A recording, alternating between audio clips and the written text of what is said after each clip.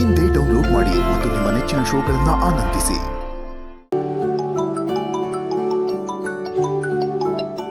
ಅಮ್ಮ, ಮನೆಯಿಂದ ಫೋನ್ ಮಾಡ್ತಾ ಇದ್ದಾರೆ, ಎಲ್ಲರೂ ಗಾಬರಿ ಆಗಿದ್ದಾರೆ. ಇನ್ನೊಂದ್ಸಲ ಮಾತಾಡು, ಸಮಾಧಾನ ಆಗ್ತಾರೆ. ಸರಿ ಕೊಡು, ಮಾತಾಡ್ತೀನಿ. ಹಲೋ ಅಮ್ಮ, ಹೇಗಿದ್ಯಮ್ಮ? ನನ್ಗೇನು ಆಗಿಲ್ಲ ಪುಟಿ, ಆರಾಮಾಗೇ ಇದ್ದೀನಿ. ಪಾಪು ಇಲ್ಲೇ ಇದಾನಲ್ಲ, ಅವನೇ ಕೇಳು. ಇಲ್ಲಮ್ಮ, ನಾವು ನಿಮ್ ಜೊತೆ ಮಾತಾಡೋಣ ಅಂತಾನೆ ಫೋನ್ ಮಾಡಿದ್ದು. ನಿಮ್ ಜೊತೆ ಮಾತಾಡಿದ್ರೇನೆ ನಮಗ್ ಸಮಾಧಾನ ಆಗೋದು. ನೋಡಿ, ನೀವು ದೇವಸ್ಥಾನಕ್ಕೆ ಅಲ್ಲಿ ಇಲ್ಲಿ ಹೋಗ್ಬೇಕು ಅಂದ್ರೆ ನಮ್ಮನ್ನ ಯಾರನ್ನಾದ್ರೂ ಕರೀರಿ, ನಾವು ನಿಮ್ ಜೊತೆಲಿ ಬರ್ತೀವಿ. ನೀವು ದಯವಿಟ್ಟು ಒಬ್ಬೊಬ್ರೆ ಎಲ್ಲೂ ಹೋಗ್ಬೇಡಿ. ಹೌದು ಸಿರಿ, ನಾನು ಅದನ್ನೇ ಹೇಳ್ತಾ ಇದ್ದೀನಿ. ಸದ್ಯ ಅಂಥ ಅನಾಹುತ ಏನು ಆಗ್ಲಿಲ್ವಲ್ಲ, ಅಷ್ಟು ಸಾಕು. ಪುಣ್ಯಕ್ಕೆ ರಾಧಮ್ಮ ನನ್ನ ಮಗಳ ಪ್ರಾಣನ ಉಳಿಸ್ಬಿಟ್ಲು. ಆಗೋದಿಲ್ಲ ಒಳ್ಳೇದಕ್ಕೆ ಅಂತ ಹೇಳ್ತಾರೆ. ಆ ರಾಧಮ್ಮ ನಮ್ಮ ಮನೆಗೆ ಬಂದಿದ್ದು ಬಹುಶಃ ಅದೇ ಕಾರಣಕ್ಕೆ ಇರಬೇಕು. ತುಳಸಿ, ನೀನು ಇಷ್ಟು ದಿವಸ ಆಕೆನ ಪ್ರೀತಿಯಿಂದ ನೋಡ್ಕೊಂಡೆ ಅಂತ ಹೇಳಿದ್ಯಲ್ಲ, ಆ ನಿನ್ನ ನಿಷ್ಕಲ್ಮಶವಾದ ಪ್ರೀತಿನೇ ನಿನ್ನ ಪ್ರಾಣನ ಕಾಪಾಡಿಬಿಡ್ತಮ್ಮ. ಹೌದು, ಮೊದಲು ಆ ಹೆಂಗಸು ನಮ್ಮ ಮನೆಗೆ ಬಂದಾಗ ಯಾಕಾದರೂ ಬಂದ್ಲಪ್ಪ ಅಂತ ಅನಿಸಿತ್ತು ನನಗೆ. ಆದರೆ ಒಂದು ದೊಡ್ಡ ಅನಾಹುತನ ತಪ್ಪಿಸ್ಬಿಟ್ಲು. ಅದಕ್ಕೆ ಹೇಳೋದು, ಯಾರ್ಯಾರ ಹಣೆ ಬರ ಏನಿರುತ್ತೋ, ಯಾರ್ಯಾರ ಜೀವನ ಯಾರ ಕೈಲಿರುತ್ತೋ ಆ ದೇವರಿಗೆ ಗೊತ್ತು. ಆಯ್ತಾಯ್ತು, ಈಗ ಅವಳು ಅರ್ಧ ಗಂಟೆ ರೆಸ್ಟ್ ಮಾಡಲಿ, ಆಮೇಲೆ ಬೇಕಾದ್ರೆ ಮಾತಾಡಿ. ಅಮ್ಮ, ನಾನು ರಾಧಮ್ಮ ಅವ್ರ ಹತ್ರ ಮಾತಾಡ್ಬೇಕಿತ್ತು. ಅವರು ರೆಸ್ಟ್ ಮಾಡ್ತಾ ಇದ್ದಾರೆ. ನಾನು ಅವ್ರ ಕೈಲಿ ನಾಳೆ ಕಾಲ್ ಮಾಡಿಸ್ತೀನಿ. ಸರಿ, ಹಾಗೆ ಆಗ್ಲಿ. ಸರಿ ಅಮ್ಮ, ನೀವೀಗ ರೆಸ್ಟ್ ಮಾಡಿ. ಹಾಗೆ ನಾವೆಲ್ಲರೂ ರಾಧಮ್ಮನ್ನ ಕೇಳಿದ್ವಿ ಅಂತ ಹೇಳಿ. ಹಾಗೆ ಆಗ್ಲಿ, ನೀವೆಲ್ಲರೂ ಕೇಳಿದ್ರಿ ಅಂತ ಅವ್ರಿಗೆ ಹೇಳ್ತೀನಿ.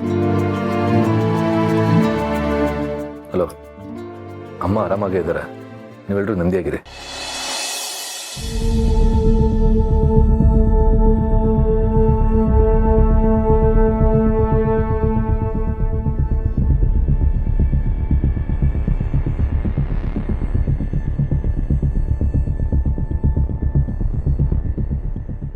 ನಿನಗೂ ನಿದ್ದೆ ಬಂದಿರೋಲ್ಲ ಅಂತ ನಂಗೆ ಗೊತ್ತು ಕಣೋ.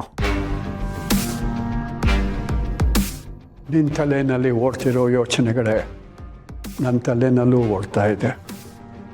ಹೌದು ತಾತ, ಅಕಸ್ಮಾತ್ ರಾಧಮ್ಮ ಇಲ್ಲ ಅಂದಿದ್ರೆ ಅಮ್ಮ.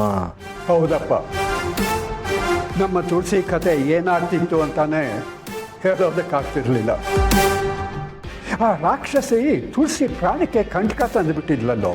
ಇನ್ನು ಎಷ್ಟು ದಿನ ಅಂತ ಇದನ್ನೆಲ್ಲ ಸಹಿಸ್ಕೊಳ್ಳೋ ತಾತ? ಅವಳನ್ನ ಹಿಡಿಯೋದಾದ್ರೆ ಹೇಗೆ? ಪೊಲೀಸ್ನವ್ರ ಕಣ್ಗೂ ಸಿಗ್ದಿರೋ ಹಾಗೆ ಅದೆಲ್ಲಿ ಬಚ್ಚಿಡ್ಕೊಂಡು ಕೂತಿದ್ದಾಳೋ ಏನೋ. ನೋಡೋ, ಎದುರಿನಲ್ಲಿ ನಿಂತು ಹೋರಾಡೋರಿಗೆ ನಾವು ಹೆದರಿಸ್ಬಹುದು, ಆದರೆ ಹೀಗೆ ಬಚ್ಚಿಟ್ಕೊಂಡು ಮುಚ್ಚಿಟ್ಕೊಂಡು ಬೆನ್ನ ಹಿಂದೆ ಚೂರಿ ಹಾಕೋರಿಗೆ ಏನು ಮಾಡೋಕ್ಕಾಗತ್ತೆ? ಬರೀ ಇಂಥವ್ರಿಗೇನೆ ಕಾಲನ ತಾತ? ಒಳ್ಳೆಯವ್ರಿಗೆ ಕಾಲನೇ ಇಲ್ವಾ? ಒಳ್ಳೆಯವ್ರು ಯಾವಾಗಲೂ ಕಷ್ಟ ಅನುಭವಿಸ್ತಾನೆ ಇರ್ಬೇಕಾ? ಇದೇ ವಿಪರ್ಯಾಸ ದಂಡ್ಪಿಂಡ, ಇದೇ ವಿಪರ್ಯಾಸ. ಇಂಥ ದೊಡ್ಡ ದೊಡ್ಡ ಪ್ರಶ್ನೆಗಳಿಗೆ ನಮ್ಮಂಥ ಹುಲುಮಾನವರಿಂದ ಹಾಗೆ ಉತ್ತರ ಸಿಗೋದು ಸಾಧ್ಯ ಹೇಳು? ನಾವು ಸಾಮಾನ್ಯ ಜನ, ಸಾಮಾನ್ಯದಲ್ಲಿ ಸಾಮಾನ್ಯ ಜನ. ಇಂಥ ಕಷ್ಟಗಳು ಬಂದಾಗ ನಾವೇನು ಅನ್ಕೋತೀವಿ ಅಂತಂದರೆ ಇವೆಲ್ಲ ನಮ್ಮ ಕರ್ಮ, ಪೂರ್ವಜನ್ಮ ಕರ್ಮ ಅಂತ ಅಂದ್ಕೊಂಡು ಸುಮ್ಮನೆ ಆಗ್ಬಿಡ್ತೀವಿ. ನನಗದೆಲ್ಲ ಅರ್ಥ ಆಗಲ್ಲ ತಾತ. ನನಗೆ ಬೇಕಾಗಿರೋದು ಒಂದೇ, ಆ ಶಾರ್ವರಿಗೆ ಶಿಕ್ಷೆ ಆಗಬೇಕು. ಅವಳು ಮಾಡಿರೋ ತಪ್ಪಿಗೆ ಅವ್ರು ಶಿಕ್ಷೆ ಅನ್ಭವಿಸೋದನ್ನ ನಾವೆಲ್ಲರೂ ನೋಡಬೇಕು. ಸರಿನಪ್ಪ, ಆದರೆ ಇಷ್ಟೆಲ್ಲ ಆಗಬೇಕು ಅಂದರೆ ಮೊದಲು ಅವಳು ಎಲ್ಲಿದ್ದಾಳೆ ಅಂತ ತಿಳ್ಕೊಬೇಕಲ್ವಾ? ಹೇ ದಂಡ್ಪಿಂಡ, ನನಗನ್ಸುತ್ತೆ ಅವಳು ಊರು ತಾವರೆಕೆರೆ ಅಲ್ವಾ? ಅವಳು ಅಲ್ಲೇ ಕೂತ್ಕೊಂಡು ಅಲ್ಲಿಂದಾನೆ ಈ ಥರ ಎಲ್ಲ ಆಟ ಆಡ್ತಿದ್ದಾಳೆ ಅಂತ. ಪೊಲೀಸ್ನವ್ರಿಗೆ ಆ ಅನುಮಾನನೂ ಇದೆ ತಾತ. ಅವರು ಎಲ್ಲ ಕಡೆ ಚೆಕ್ ಮಾಡಿದ್ದಾರೆ, ಯಾವ ಕ್ಲೂನೂ ಸಿಕ್ಕಿಲ್ಲ. ಓ, ಹಾಗಾದರೆ ಅವಳದು ಇನ್ಯಾವ ಜಾಗ ಇರಬಹುದು?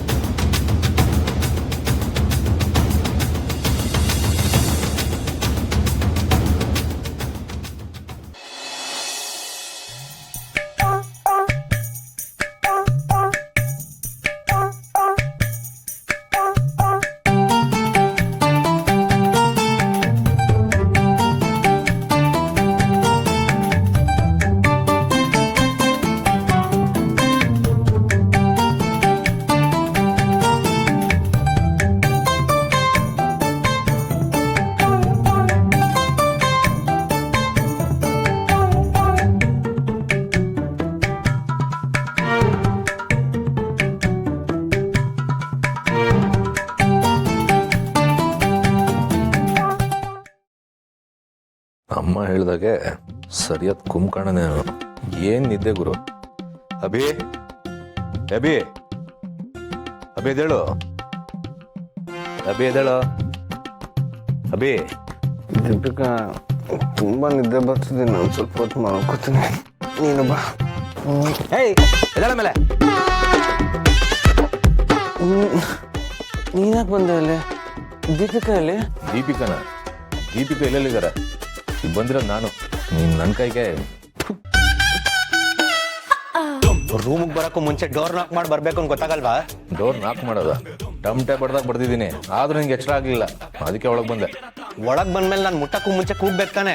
ಕೂಗದ ಅಭಿ ಅಭಿ ಅಂತ ಬಾಯಿ ಪಡ್ಕೊಂಡಿದ್ದೀನಿ, ನಿನ್ಗೆ ಕೇಳಿಸ್ಲೇ ಇಲ್ಲ. ಈ ರೀತಿ ಕುಂಭಕರ್ಣ ಹತ್ರ ನಿದ್ದೆ ಮಾಡಿದ್ರೆ ಬಡ್ದೆ ಎಪ್ಸದೆ. ನೋಡು, ಸುಮ್ಮನೆ ಕೆಣಕ್ ಬೇಡ, ನಾನೇನು ಕುಂಭಕರ್ಣ ಅಲ್ಲ. ಗೊತ್ತಾಗ್ತಾ ಇದೆ. ಆ ಕುಂಭಕರ್ಣಂಗೆ ನಿದ್ದೆ ಊಟ ಅಂದ್ರೆ ಇಷ್ಟ, ಈ ಕುಂಭಕರ್ಣಂಗೆ ನಿದ್ದೆ ದೀಪಿಕಾ ಅಂದ್ರೆ ಇಷ್ಟ. ನೋಡು, ಇದೆಲ್ಲ ಅತಿ ಆಯ್ತು. ಸಾಕು ಬೆಳಿಗ್ಗೆ ಜಗಳ ಶುರು ಮಾಡ್ಬಿಟ್ರ? ನೀವ್ಯಾವಾಗ ಬಂದ್ರಿ?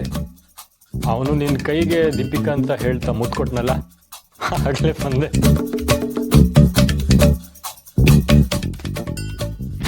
ಬ್ರೋ ಪ್ಲೀಸ್, ಇಲ್ಲಿ ನಡೆಸಿದ್ದನ್ನ ಯಾರಿಗೂ ಹೇಳಕ್ ಹೋಗ್ಬೇಡ.